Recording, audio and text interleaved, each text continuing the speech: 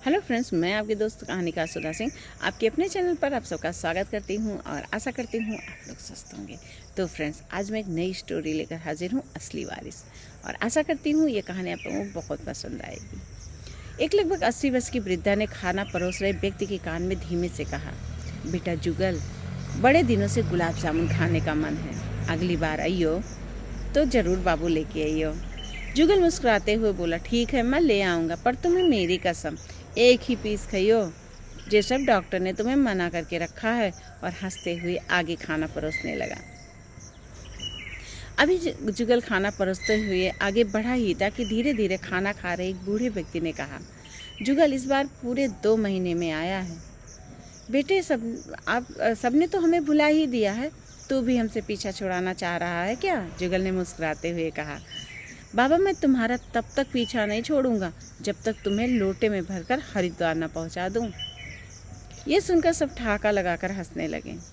ये दृश्य था मेरठ शहर से बने एक वृद्धाश्रम का। लगभग 150 बुजुर्ग इस आश्रम में अपने बुढ़ापे के दिन ससम्मान के साथ बिताने के लिए रह रहे थे। कई तो अच्छे समृद्ध परिवार से ताल्लुक़ रखते थे, तब तथा कई खुद की नौकरी से सेवानिवृत्त हुए थे। किसी को औलाद ने घर से निकाल दिया था, तो कोई खुद ही घर छोड़कर आ गया था। दिल को जब कोई बात लग जाती है तो इंसान बड़े से बड़ा पद, धन दौलत, महल दुमहले सब कुछ छोड़कर चला आता है। आपने सुना होगा कि फला व्यक्ति के इतने बच्चे हैं, फला के उतने हैं, मगर यहाँ 150 व्यक्तियों की सिर्फ एक औलाद थी, जुगल। किसी का बाबू, किसी का बचवा, किसी का जुग्गू तो किसी का जुगल बेटा। जुगल इस वृद्धाश्रम का मालिक नहीं था, ना ही इसका मैनेजर था, लेकिन जब से यह वृद्धाश्रम बना था, महीने में 2 बार जुगल यहाँ ज़रूर आता था और अपना समय इन बुजुर्गों के साथ हंसते हंसाते व्यतीत करता था। अपने बच्चों के जन्मदिन पर, त्योहारों पर भी जुगल नियमित आना होता था। ये आश्रम ऐसी जगह था जहाँ जुगल के अनगिनत मम्मी पापा, ताऊ ताई, चाचा चाची, दादा दादी, बाबा सभी लोग रहते थे। जुगल एक मध्यम वर्गीय परिवार से था, साधारण कदकाठी वाला व्यक्ति था और जीवन यापन के लिए दूध की डेयरी लगा के रखा था। इस वृद्धाश्रम से जुड़ा का एक कारण यह भी था कि जुगल को विश्वास हो गया था कि जब से वो इस आश्रम में आने लगा था, उस पर ईश्वर की अनुकंपा बहुत अधिक बढ़ गई थी। दूसरा, जुगल ने अपने परिवार में 3-3 पीढ़ियों को एक दूसरे की सेवा करते हुए देखा था। जुगल जान गया था कि निश्चल मन से की गई सेवा का साक्षी स्वयं ईश्वर होता है। इन पिछले 10 सालों में जुगल ने आश्रम में प्राण त्यागने वालों के सारे संस्कार अपने आप किए थे, उसी विधि विधान के से जैसे कि एक बेटा करता है। केवल सगा बेटा बेटा नहीं होता है, क्योंकि संवेदनाओं के रिश्ते खून के रिश्तों से ज़्यादा अधिक बड़े होते हैं। पिछली दीपावली की बात है, मनसुख बाबा ने जिद पकड़ ली थी कि मुझे वही कुर्ता पहनना है जो जुगल लाया था, जबकि वो कुर्ता तो 2 महीने पहले ही फट चुका था। मगर क्या करें, बुढ़ापे और बचपन का स्वभाव बिल्कुल एक जैसे होता है। मनसुख बाबा ने जिद पकड़ ली तो पकड़ ली। केयरटेकर ने मैनेजर को बताया कि बाबा ने आज सुबह से खाना नहीं खाया है और ये जिद पकड़ ली है। मैनेजर ने जुगल को फ़ोन किया और जुगल को मनसुख बाबा की सारी बातें बताई। जुगल ने बाबा को समझाया, तब जाकर बाबा ने खाना खाया। दोपहर तक रुपए पैसों का जुगाड़ करके शाम को लक्ष्मी पूजा करके जुगल पत्नी और बच्चों के साथ वृद्धाश्रम पहुंच गया।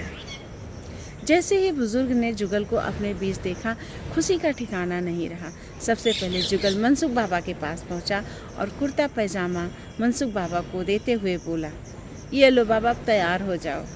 जुगल के बच्चे मनसुख को कपड़े पहनाने लगे और जुगल धीरे धीरे सभी बुजुर्गों को कपड़े देता हुआ खूब आशीर्वाद प्राप्त करता रहा। सभी के साथ रात का खाना खाकर जुगल अपने घर वापस लौट आया। दीपावली से 2 दिन बाद फिर मैनेजर का फ़ोन जुगल के पास आया कि मनसुख बाबा की तबीयत बहुत ख़राब हो गई है, वो तुम्हें बुला रहे हैं। थोड़ी देर बाद जुगल पहुंचा तो पता चला कि बाबा कुछ ही घंटों के मेहमान हैं। बाबा ने इशारा करके जुगल से अपने बैग को खोलने के लिए कहा। जुगल ने उनका बैग खोलकर देखा तो एक मैली सी कर्तन में कुछ बंधा हुआ था। बाबा ने उसे जुगल की जेब में रख दिया और एक लंबी सांस लेकर दुनिया को राम नाम सत्य कह गए। बाबा के क्रियाक्रम आदि के चक्कर में जुगल को उस छोटी सी पोटली को खोलने का समय ही नहीं मिला। क्रियाक्रम आदि से निपटाकर जब जुगल घर आकर नहाने के लिए कपड़े उतार रहा था, तब वो पोटली नीचे गिरी तो जुगल को याद आया कि फिर उस जुगल ने उस पोटली को खोल के देखा और उसे देखकर वो जोर जोर से रोने लगा। उसकी पत्नी और बच्चे भी वहाँ आ गए। जुगल की पत्नी ने जब उस पोटली को अपने हाथ में लिया तो देखा उसमें 10, 20, 50 के बहुत सारे नोट हैं। पत्नी ने नोट गिने तो 2000 रुपये निकले। मनसुख बाबा अंत समय में जुगल को अपना असली वारिस बनाकर गए थे। जुगल की पत्नी ने जुगल को संभाला और कहा, ये वो दौलत है जो हर औलाद के हिस्से में नहीं आती। तुम मनसुख बाबा की असली औलाद थे, असली वारिस थे। यह है अंकित चहल विशेष सर की कहानी और आशा करती हूँ ये कहानी आप सबको बहुत पसंद आएगी। अक्सर हम अपने माता पिता का निरादर करते हैं, उन्हें वृद्धाश्रम जैसी जगह पर जाने पर मजबूर करते हैं। मजबूर क्या करते हैं, कुछ ऐसा हो जाता है कि वो शायद वृद्धाश्रम में रहना ज़्यादा पसंद करते हैं।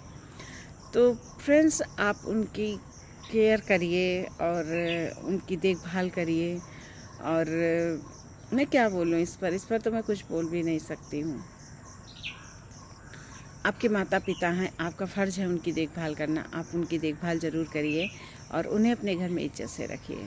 और बुज़ुर्गों से भी कहना चाहती हूँ कि कभी कभार होता है ना कि बच्चे करते हैं पर बुज़ुर्ग सपोर्ट नहीं करते हैं। बच्चे करना चाहते हैं लेकिन कभी कभार कुछ बुज़ुर्ग ऐसे होते हैं, उन्हें हमेशा अपने बच्चों में कमियां ही नज़र आती हैं। तो मैं ऐसे बुज़ुर्गों से भी कहना चाहती हूँ, आपका बच्चा अगर आपको इज्जत सम्मान से अपने साथ रख रहा है तो आप उसके लिए उसके ऊपर आक्षेप लगाकर, उसको गलत ठहराकर जो है अपने और उसके बीच में कोई दरार मत पैदा करिए। आपका बच्चा आज के युग में जितना कर रहा है उतना बहुत है, अगर वो इज्जत और सम्मान की रोटी आपको दे रहा है तो मैं बुज़ुर्गों से भी हाथ जोड़ के रिक्वेस्ट करूँगी कि आप लोग भी कोऑपरेट कीजिए। आपका बच्चा जैसा भी है, जितना भी कर पा रहा है वो आपके लिए कर रहा है, तो आप भी उसमें सहायता दीजिए। हमेशा उसके ऊपर शक मत कीजिए, हमेशा उसे गलत मत ठहराइए, क्योंकि छोटी छोटी बातें कभी कभार रिश्तों को बिखेर कर रख देती हैं। तो मैं फिर मिलती हूँ एक नई कहानी के साथ, एक नई जोश के साथ। तब तक के लिए बाय।